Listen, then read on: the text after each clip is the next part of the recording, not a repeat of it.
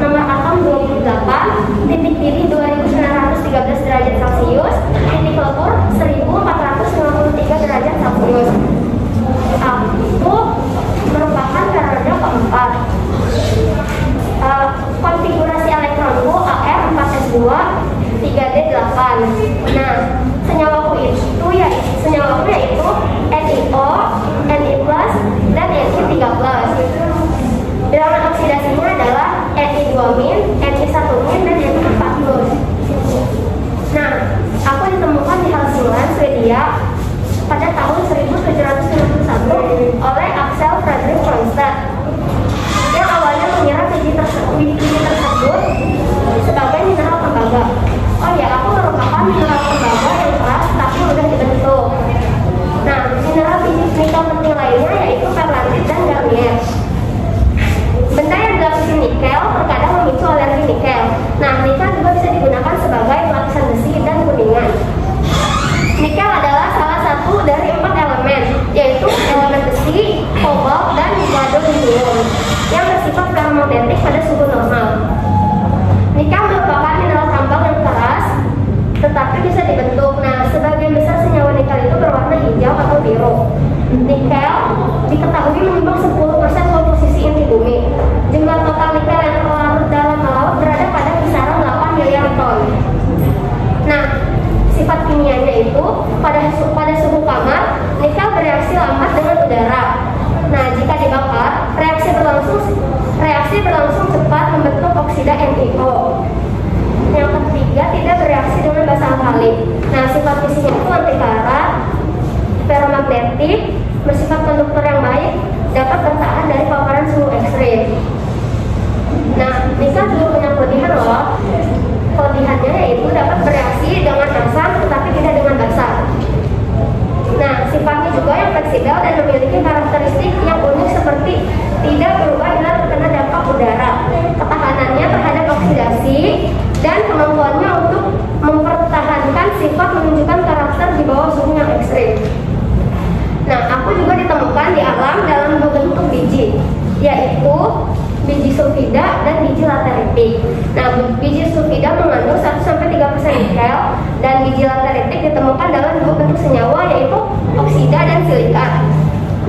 Cadangan nikel sebanyak 90% tersebar di Sulawesi Tengah, Sulawesi Selatan, Sulawesi Tenggara, dan Maluku Utara. Pada 2019, Indonesia pernah menjadi produsen tambang biji nikel terbesar di dunia dengan produksi nikel dunia sebanyak 2,668 juta ton NI.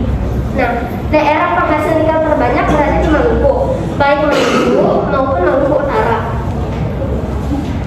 Saat ini, nikel digunakan sebagai 68% digunakan untuk baja tahan karat, 10% dalam paduan non-ferrous, 9% dalam lapisan listrik, 7% dalam baja paduan, 3% di pengecoran, dan 4% digunakan dalam penggunaan lainnya termasuk baterai. Nah, nikel juga kegunaan aku di dalam kehidupan sehari-hari yaitu bisa untuk pembuatan stainless steel, pembuatan logam campuran, untuk lapisan logam lain, dan dapat digunakan sebagai katalis. Nah, kesimpulannya yaitu nikel memiliki sifat tahan karat. Dalam keadaan murni, nikel bersifat lembek, tetapi jika dipadukan dengan besi, krom, dan logam lainnya dapat membentuk baja tahan karat yang keras. Perpaduan nikel, krom, dan besi menghasilkan baja tahan karat yang biasa kita sebut stainless steel, yang banyak diaplikasikan pada peralatan dapur, ornamen-ornamen rumah dan gedung, atap, serta komponen industri.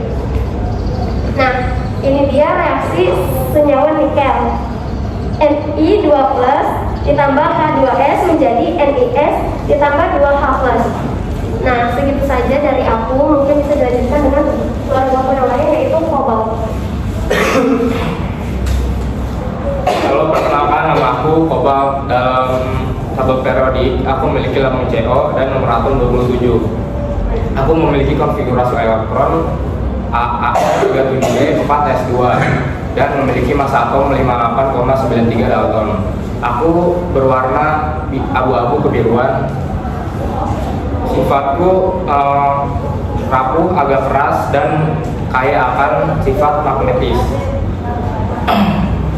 Aku pertama kali ditemukan pada tahun 1730 oleh George Brand dan baru diisolasikan pada tahun 1735 dan baru dipublikasikan pada tahun 1739. Aku biasa didapat dari pemurnian produk sampingan pemurnian dari nikel, serta penambangan dan peleburan tembaga. Aku juga dapat diperoleh dari biji kobalt utama, kobaltit, pulau kodot, eritrit, dan skuterodit. Kemudian aku di industri modern itu sebagai paduan logam seperti digunakan untuk bagian-bagian mesin pesawat terbang, alat bantu dengar, mikrofon, dan kompas. Karena penampilan, kekerasan, dan ketahananku terhadap korosi, aku juga sering digunakan dalam pelapisan listrik. Dan aku juga digunakan salah satu bahan dalam pembuatan baterai lithium ion. Selain digunakan dalam industri, aku juga memiliki beberapa kegunaan dalam biologi dan kedokteran. Aku adalah elemen pelacak dan telah ditemukan sebagai antivirus aktif vitamin B12. Dalam dosis besar, aku memiliki sifat karisinogenik, tetapi dalam dosis kecil aku dapat memberikan sebagai garam untuk mengatasi defisiensi mineral. Segitu saja dari aku. Selanjutnya dilanjutkan oleh keluargaku FE. Halo, nama saya Besi. Saya adalah unsur kimia dengan simbol Fe. Saya memiliki nomor atom 26, golongan 8, periode 4. Saya merupakan logam dalam sisi deret pertama. Nah, selain itu, ternyata besi adalah unsur terbesar keempat pada kerak bumi. Saya ditemukan sekitar tahun 1500 sebelum Masehi dan 1100 sebelum Masehi. Saya ditemukan oleh bapak saya yang bernama Hites. Nah, besi mempunyai sifat fisik yang padat. Sifat mekanik besi sangat dipengaruhi oleh kemurnian sampel. Besi murni kristal tunggal. Untuk keperluan penelitian faktanya lebih lunak daripada aluminium. Dan besi hasil produksi industri yang paling murni memiliki ketebalan 20-30 Brinel. Dalam bentuk murni, besi cukup lembut. Logam berwarna keabu-abuan, besi sangat reaktif dan mudah berkarat. Untuk reaksi besi, di sini anodanya Fe menjadi Fe 2- plus 2E-. Untuk katodenya O2 plus 4H menjadi 2H2O. Nah, total reaksinya 2Fe ditambah O2 ditambah 4H plus menjadi 2Fe 2 plus ditambah 2H2O. Nah, untuk kegunaan besi sangat banyak, apalagi di kehidupan sehari-hari. Contohnya seperti kursi, penggaris, jemuran, dan masih banyak lagi. Selain itu, besi memainkan peranan yang banyak di dalam biologi, membentuk kompleks dengan oksigen molekuler dalam hemoglobin dan mioglobin. Kedua senyawa tersebut merupakan protein pembangkit oksigen. Besi juga logam pada bagian aktif sebagian besar enzim redoks yang berperan dalam respirasi seluler serta oksidasi dan reduksi dalam hewan dan tumbuhan. Segitu saja dari penjelasan dari saya. Selanjutnya akan dilanjutkan oleh saudara saya, MN. Halo, perkenalkan nama saya MN atau Batu Bekawi. Saya adalah logam keras yang berwarna abu-abu metalik, bernomor atom 25 dan bermassa atom 54. Saya ini berlambang MN pada tabel periodik dan juga saya ditemukan pada tahun 1774 oleh bapak saya Johann Gottlob Gahn. Saya memiliki konfigurasi elektron yaitu AR 3D pangkat 5 dan 4S pangkat 2. Lalu saya juga memiliki sifat yaitu di mana saya ini sulit untuk mencair namun mudah teroksidasi. Saat saya sudah menjadi murni, saya ini sangat amat reaktif dan dalam bentuk bubuk saya mudah terbakar oleh oksigen dan juga gampang mencair oleh asam encer. Saya dapat ditemukan saya secara alami dapat ditemukan di lingkungan sebagai padatan di dalam tanah partikel kecil dalam air dan partikel debu dalam udara. Saya juga memiliki kegunaan loh. Saya ini kegunaannya 90% digunakan di industri baja, dan juga saya memiliki kegunaan lain yaitu dalam membuat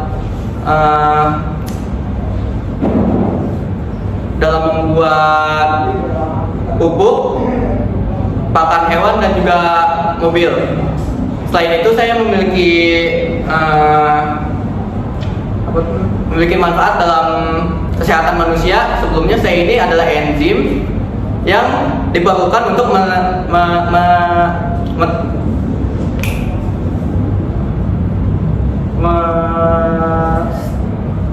memetabolisme lemak dan karbohidrat. Dan kegunaan saya dalam kesehatan manusia yaitu untuk mencegah kegemukan, perubahan warna rambut, penyakit kulit, dan juga pembukaan darah dan lain-lain. Sekian dari saya. Wassalam. Dilanjutkan oleh saudara saya yaitu Chromium CR. Halo, nama aku Chromium. Aku memiliki jari-jari atom sebesar 5,25. Aku juga memiliki nomor atom 24. Aku ditemukan pada tahun 1797 oleh analisir yang berasal dari Prancis yang bernama Lolir Nicolas.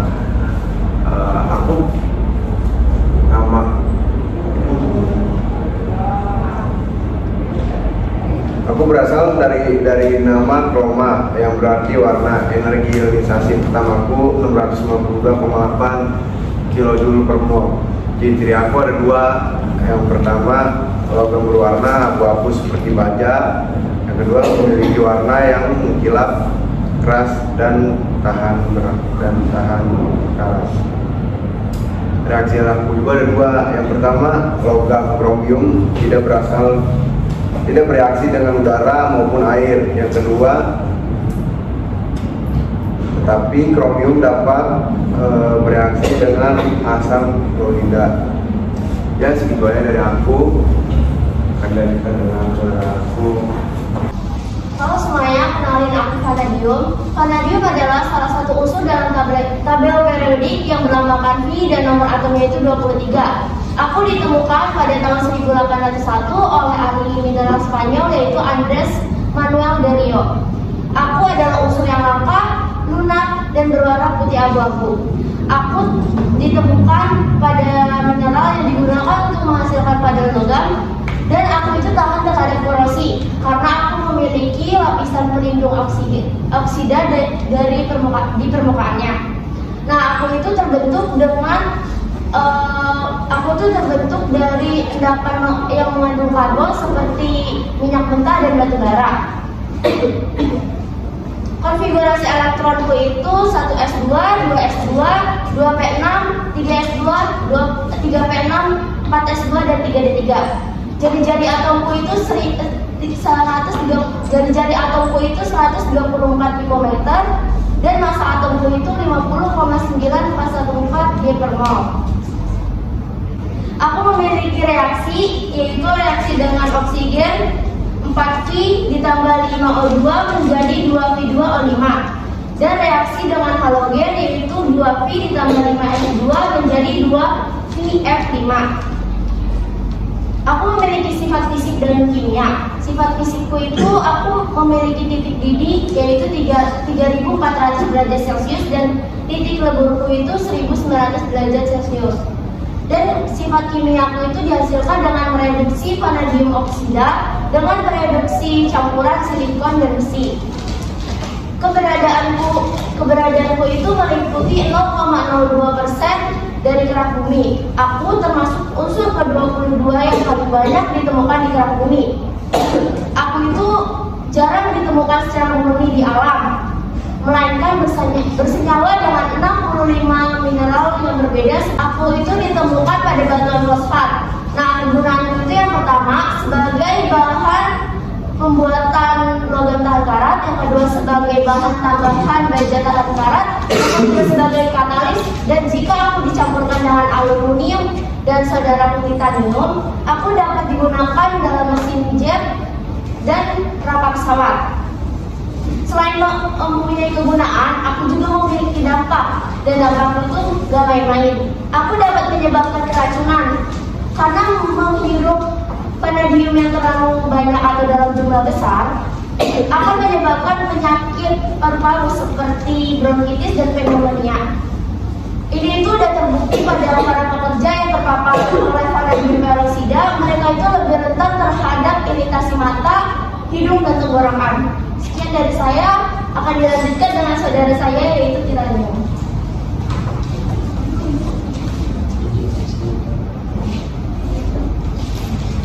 Hai, kenalin aku Titanium. Aku memiliki simbol TI di tabel unsur periodik.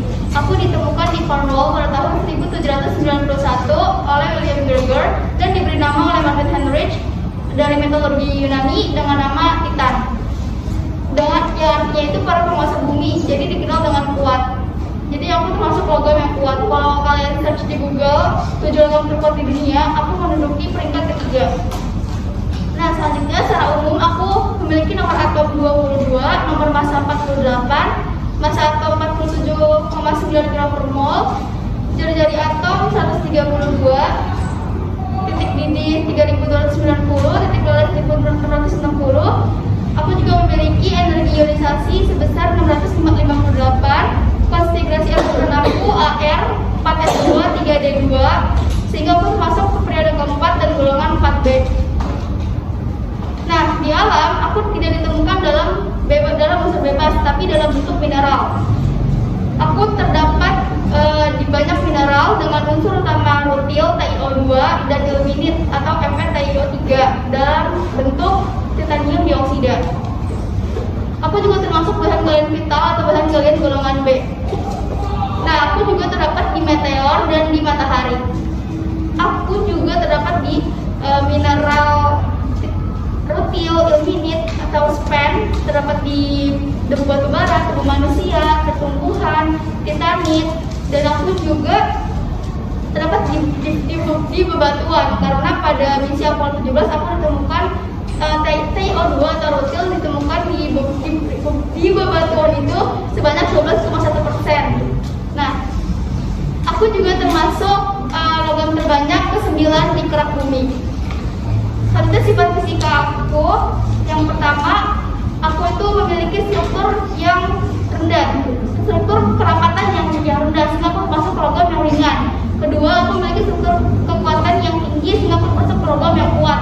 Aku juga tahan terhadap korupsi, termasuk tahan terhadap air laut, klorin, dan juga aquaregia. Nah, dari 3 sifat fisika itu yang membuat aku banyak digunain. Yang pertama, kuat dan ringan. Dan sifat fisika itu aku banyak digunakan pada industri pesawat terbang. Dan yang terakhir, tahan terhadap korrosi, aku banyak digunakan untuk industri kimia seperti bagian dari pipa dan juga bendera reaksi. Nah, selanjutnya sifat kimia aku memiliki isotop 26 mulai dari Ti38 sampai Ti63. Aku memiliki 5 isotop stabil.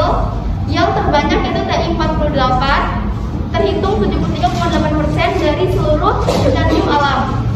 Nah, aku sebenarnya unsur yang reaktif, tapi aku dapat bereaksi dengan ion non-logam seperti halogen, H2, N2, O2, sulfur, terus juga silikon dan lain-lain.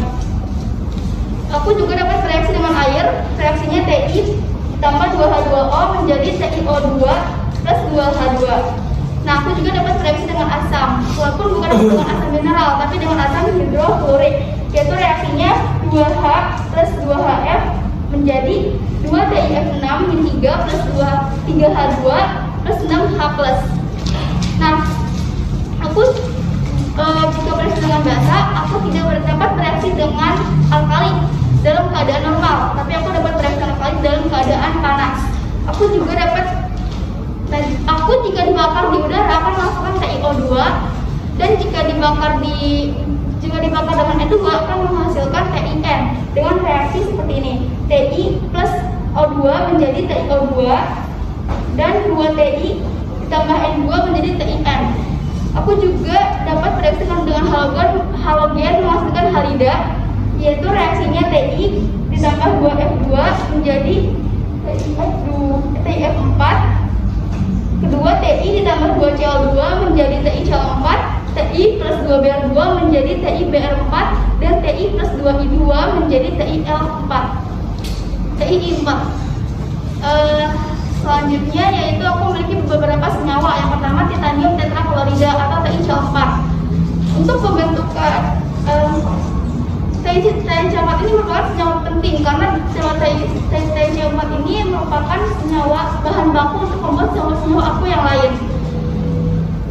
Metode pembentukan TICL4 ini berdasarkan reaksi antara TiO2, karbon dan Cl2. Reaksi seperti ini, TiO2 ditambah 2C plus 2Cl2 menjadi TiCl4 plus 2CO. Nah, TiCl4 ini merupakan senyawa yang tak berwarna dengan titik minus 24 dan titik didih 136 dan titik beku minus 24 derajat Celcius. Dan TiCl4 ini merupakan bahan baku pembuatan granat dan juga dapat terhidrolisis ketika dikenakan dengan uap lembab.